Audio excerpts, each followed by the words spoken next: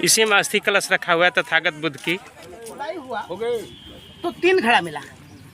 3 घड़ा में से 2 घड़ा, एक घड़ा कलकत्ता के संग्रहालय में है, एक दिल्ली के संग्रहालय में। छोटा घड़ा जो भगवान बुद्ध की हड्डी है जी जी, इसमें आज भी विराजमान है।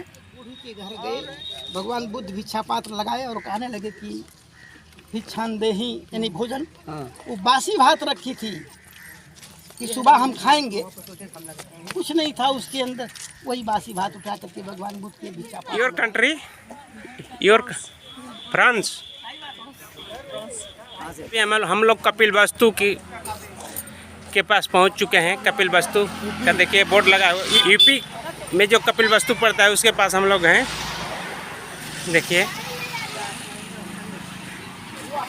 ये स्मारक सूर्योदय से सूर्यास्त तक खुला रहेगा। परिसर में खान पान की वस्तुएं ले जाना मना है। बिना पूर्व अनुमति वीडियो कैमरा स्टैंड का प्रयोग वर्जित है। वाहनों का प्रवेश वर्जित है।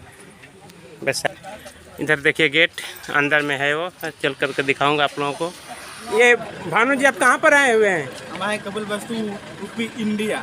यूपी जो इंडिया में पड़ता है। आपको आकर के कैसा लग रहा है? अच्छा लग रहा है। ये देखिए कपिलवस्तु पूर्वी संघाराम में हम लोग पहुंच चुके हैं। मुख्य स्तूप है, यहाँ पर हम लोग पहुंच चुके हैं। और ये स्थल जो दिखाई दे रहा है आपको, मैं थोड़ा सा भंते जी से 2 मिनट में डिबेट ले रहा हूँ। ये देखिए हम लोग आए हैं कपिलवस्तु जो कि भारत में पड़ता है, यूपी में। वहाँ पर हम लोग आए हैं। यहाँ पर सुनने के लिए भंते जी से लोग उतावला हैं। भंते जी कुछ बताएंगे आप? पवित्र धरती है और यहाँ इस धरती का पूरे विश्व के अंदर विख्यात है कपिलवस्तु। कपिलवस्तु भगवान बुद्ध आपके कुशीनगर में जब परिनिर्वाण हुआ था तो 8 भागों में राखी बांटी। पहला भाग है शाक्य लोगों को मिला था, किताबों में लिखा गया सारी चीज, जिसका यहाँ उस हड्डी को भगवान बुद्ध के रख करके और शाक्य लोगों ने इसका स्तूप बनाया। ठीक है ना? पहला राखी मिला था उनको, पहला राखी शाक्य लोगों को। तो ये स्तूप यहाँ बनवाएगी। 72 में खुदाई हुआ तो 3 घड़ा मिला। 3 घड़ा में से 2 घड़ा, एक घड़ा कलकत्ता के संग्रहालय में है, एक दिल्ली के संग्रहालय में। छोटा घड़ा जो भगवान बुद्ध की हड्डी है जी जी, इसमें आज भी विराजमान है। और देश विदेश के लोग, हांगकांग, कोरिया, जापान, थाईलैंड के लोग आते हैं, इसका परिक्रमा करते हैं, हाथ जोड़ करके चप्पल निकाल के बुद्धं शरणं गच्छामि, धम्मं शरणं गच्छामि का वाक करते हैं, यहाँ परिक्रमा करते हैं जी। ठीक है ना? अब आइए यहाँ भगवान बुद्ध को ज्ञान प्राप्ति के बाद जब पहली बार ये कपिलवस्तु में आए हैं तो ये जो मकान है, अंदर चल के दिखाएं। हाँ अंदर मैं बताते चलूँ कि इतिहास आपको जानने के लिए इस खंडहरों के बारे में जानना पड़ेगा। जो कि खंडहर है, ये भंते जी बता रहे हैं। ये जो खंडहर है, यहाँ जो है भगवान बुद्ध अपने भिक्षुओं के संग वहाँ उस पर वो जो चबूतरा बना है बीच वाला, वहाँ बैठते थे और यहाँ भिक्षु लोग बैठते थे। यहाँ बरसाबास हुआ तो मैं ज्ञान प्राप्ति की बात तो एक कार्तिक का जो अमावस है, दीपक जलाई जाती है ना जी जी, इसी दिन आए थे कपिलवस्तु में। यहाँ कपिलवस्तु नगरी दीप उत्सव, दीप जला करके भगवान बुद्ध का अगवानी हुआ था और उत्सव मनाया गया था। ठीक है ना? और यहाँ एक बरगद का पेड़ था, बहुत बड़ा पेड़ था। जब पहली बारी भगवान बुद्ध जब आए ज्ञान प्राप्ति के बाद तो इसी बरगद के पेड़ के नीचे आए थे अपने 500 भिक्षुओं के साथ। और यहाँ से इनकी राजधानी, वो जो टावर दिखाई नहीं दे रहा है जी जी, थोड़ी सी दूर है, गनवरिया में। यहाँ आए, भिक्षु संघ था, सुबह हुआ तो भाई भोजन की जरूरत है ना।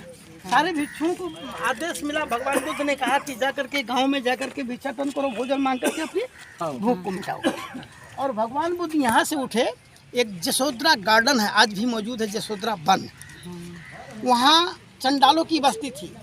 वहाँ चंडालों के यहाँ जाकर के एक बूढ़ी के घर गए, भगवान बुद्ध भिक्षा पात्र लगाए और कहने लगे कि भिक्षान देहि, यानी भोजन। वो बासी भात रखी थी कि सुबह हम खाएंगे, कुछ नहीं था उसके अंदर, वही बासी भात उठा करके भगवान बुद्ध के भिक्षा पात्र में डाल दिया और भगवान बुद्ध वहाँ बैठकर भोजन करने लगे।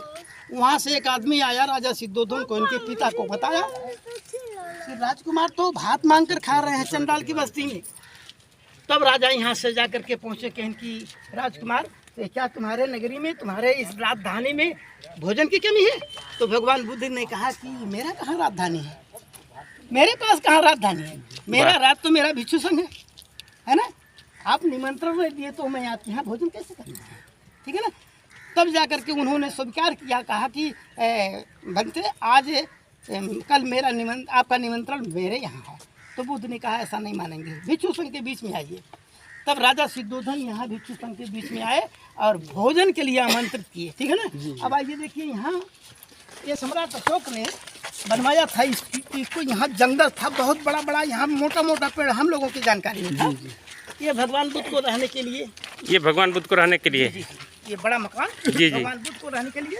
ये चारों तरफ से जो छोटी छोटी मकानें हैं देखिए दीवार, इसमें कमरा है, ये सब भिक्षु संघ यहाँ रहते हैं, ठीक है ना। चंडालों की बस्ती का मतलब बनते जी चंडालों की बस्ती जिसे डोम कहा जाता है, जैसे गरीब के वो हाँ, चंडाल झोपड़ी में है। अच्छा हाँ, उनको चंडाल कहा जाता है। डोम को चंडाल, नीच जाति को चंडाल कहा जाता है, ठीक है ना। तो नीच जाति के थे वहाँ भगवान बुद्ध जाकर के खाए थे। यहाँ जब मकान भगवान बुद्ध इसमें रात आते थे, भिक्षु संघ यहाँ कमरे में रहते थे, ठीक है ना। और ये जो 3 कमरा है, इसमें आज भी काला नीमक का चाउर, यहाँ का जो मशहूर चाउर है पूरे विदेश में, काला नीमक का चाउर ये तीनों कमरे में भी भरा है, आज भी है। इसमें मिट्टियाँ पाट ऊपर से डाल दिया गया, क्योंकि यहाँ के लोग खोद खोद करके विदेशों के आगे जाकर राइस करके उसमें पैसा लूटते थे, जी ठीक है ना। इस पर मिट्टी पाट दिया गया इस 3 कमरे में, ठीक है ना। अभी बाप बनते इतने में हम लोग को मिल जाएगी। हो सका था का दाना दे है आपके पास ना? मतलब कि वो जानते थे कि भगवान बुद्ध कभी यहीं पर रहा करते थे, इसीलिए कैमरा बना हुआ था। भगवान बुद्ध के लिए सम्राट अशोक महान ने बनवाए थे। कितनी मोटी दीवार है सर जी, आप लोग कल्पना कीजिए। पहले जान लेना अभी तो यहाँ और ये सब जो आप छोटे छोटे रूम देख रहे हैं, ये सब रूम हैं बौद्ध भिक्षुओं को रहने के लिए। यानी भगवान बुद्ध यहाँ रहकर रहा करते थे, उनके शिष्य जो थे इसमें रहा करते थे, छोटे छोटे कमरे में। आप लोगों को वीडियो अगर अच्छा लगता जाए तो आप लोग शेयर करते जाइएगा अपने अपने साथियों को। मैं आप लोगों को भगवान बुद्ध का टोटल जीवनी को दिखाने का मैं प्रयास कर रहा हूँ जितना हो सके। वहाँ पर देखिए भगवान बुद्ध के लिए कैमरा बनवाए थे, और इधर जो छोटे छोटे कैमरा, एक बौद्ध भिक्षु एक कैमरे में रहते थे। समझ रहे हैं मैडम ना? हाँ, कैमरा है एक बौद्ध भिक्षु को रहने के लिए। ये सब ऊंचा था, ढह गया तो उसको मरम्मत कर करके उतना कर दिया गया है। मैं आप लोगों की खुशी की बात बता दूं कि कभी इसी आंगन में भगवान बुद्ध अपना बचपना बिताए थे। अच्छा लग रहा है ना? अच्छा लग रहा है। इसी में अस्थि कलश रखा हुआ है तथागत बुद्ध की।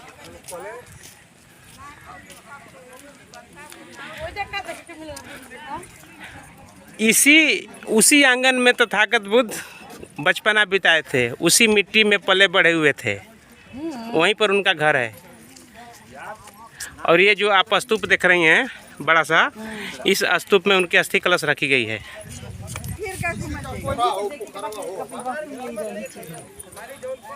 मेन स्तूप मनवती स्तूप, मुख्य स्तूप है। मतलब कि भगवान बुद्ध के अस्थियों को 8 हिस्से में बांटा गया था, तो सबसे पहला जो हिस्सा बना था यहीं पर शाक्यों को लोगों को मिला था, और इसी में भगवान बुद्ध की अस्थि रखी हुई है। बैठा करके इसमें ध्यान भावना करते थे। इस मकान में चारों तरफ जाएंगे छोटी-छोटी, ये विपश्यना केंद्र है। मेडिटेशन। हाँ, मेडिटेशन। हाँ, ये है जी, ठीक है ना। और वो जो है आप वहाँ देखे हैं मनोती स्तूप ना, आपके सामने मनोती स्तूप है, हाँ? यही स्तूप है। थोड़ा सा दूरी से मैं आप लोगों को दिखा रहा हूँ, देखिए। इसी में तथागत बुद्ध की अस्थि रखी हुई है। ये कपिल वस्तु जो कि भारत में पड़ता है। Your country madam? Hong's.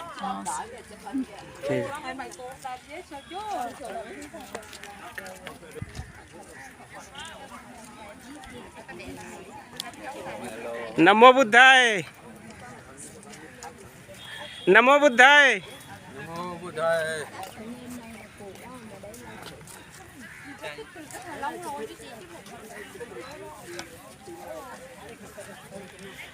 Your country, your France.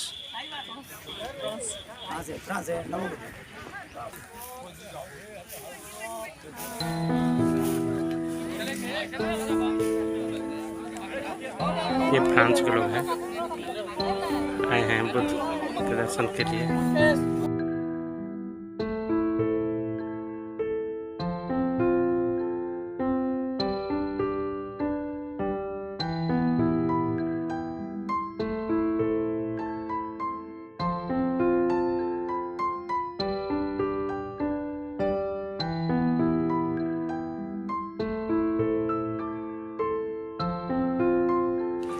Việt Nam. Vietnam. Việt Nam.